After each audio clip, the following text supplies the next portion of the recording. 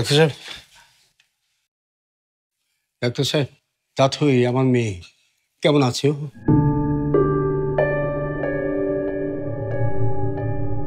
Doctor সাহেব বলুন না, কি হয়েছে আমার বোনের?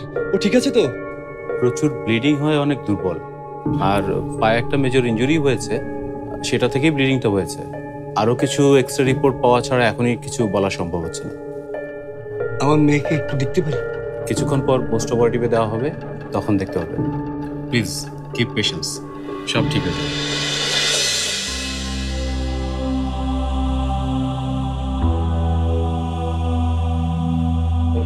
হিমেল, তোর মাকে একটা ফোন দে তো, ওরাও তো টেনশনে আছে। হ্যাঁ।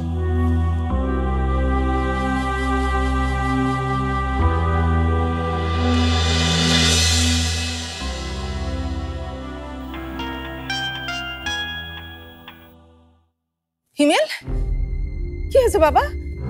তোরা ফোন ধরছিস না কেন? হ্যাঁ মা, তোমরা তাড়াতাড়ি উত্তরা হসপিটালে চলে আসো। হাসপাতালে? কেন? কি হয়েছে? আমার তাথইর কিছু হয়নি তো?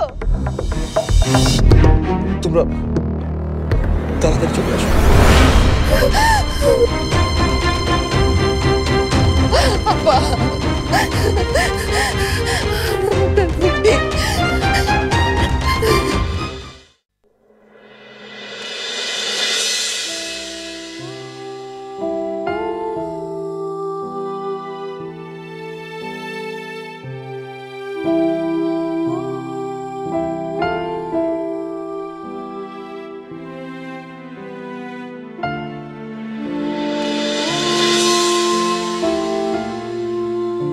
আপনি গত রাতে কিন্তু আমাকে তুমি বলেছ।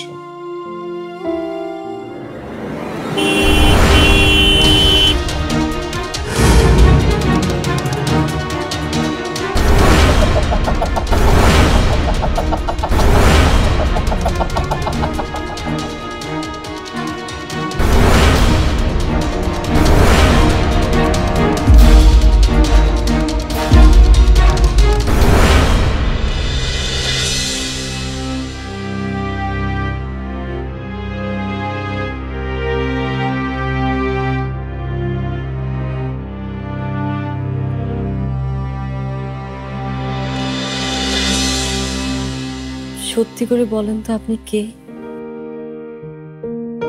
আমার হ্যালোসিনেশন?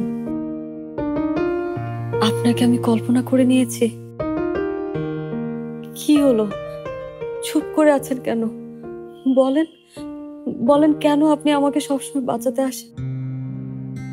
কেন আমার মনে হয় আপনাকে শুধু আমিই দেখতে পাই, আর কেউ দেখতে পায় না? কে আপনি? আপনি কে? আপি, ও মাই গড, আপি তোর জ্ঞান ফিরেছে। ও মাই গড, আপি। কেন, তোর কি মনে হয়েছে আমি আর কখনো জেগে উঠবো না? উফ, আপি তুই যে কি বলিস না, তোর চিন্তায় আমরা সবাই অস্থির হয়ে আছি। সবাই বাইরে বসে আছে, দাঁড়া আমি আব্বু আম্মুকে ডাকি। আব্বু, আম্মু, কই তোমরা সবাই? আপির জ্ঞান ফিরেছে। এই তো ফুপু কোথায়? ডাক। ফুপু তো সামনে আছে, চলো চলো চলো। তাড়াতাড়ি এসো। আব্বু, মা, তাথই,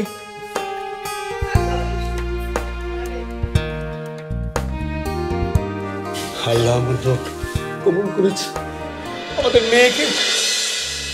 আব্বু, আব্বু তুমি কাঁদছো কেন?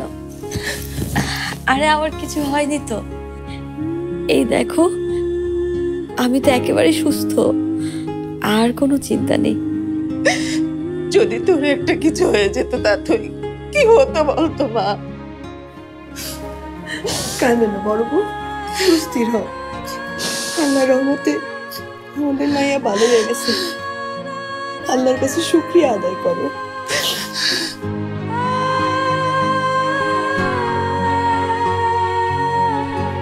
তুই একদম টেনশন করবি না, একদম না। আমরা সবাই তোর সাথে আছি। ডাক্তার সাহেব ধন্যবাদ, ডাক্তার সাহেব ধন্যবাদ আপনাদের।